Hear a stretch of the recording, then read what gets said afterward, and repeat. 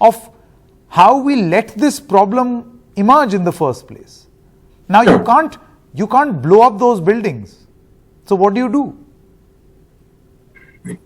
So sure, I mean, see, Bangalore is actually on the top of the ridge. So the topography of the city matters a lot. And when water is supposed to flow, it's supposed to flow in certain, in these valleys. It is across these valleys that the lakes were built. So I mean, all the lakes in Bangalore are artificial and they were constructed for irrigation purpose. But it is those valleys that are actually very critical for the city. I mean, that is where the water is supposed to flow when there is a good amount of rainfall.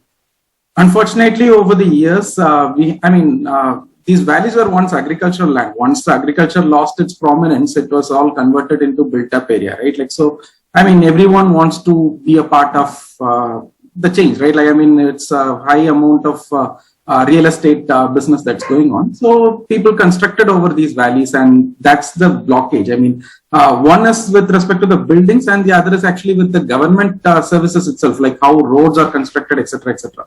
So when we construct all these things, we are just blocking it. We are changing the topography significantly, and basically it is the water flow that has been affected. So you can see in these animations, what you see as the green sections are those valleys, and it was over there the water is supposed to flow.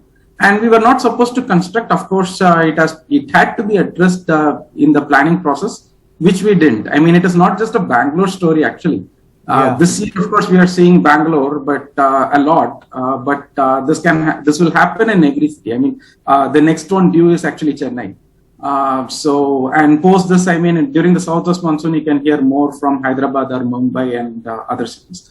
So it's a problem that is happening in every city. It is a problem with respect to how we do planning, governance in our urban context. Correct. And that is the problem. I mean, the planning, the master plans and other documents are supposed to answer it. You need to have a stormwater management plan and a clear-cut proposal for how stormwater drains have to be designed. But most of our cities lack that plan.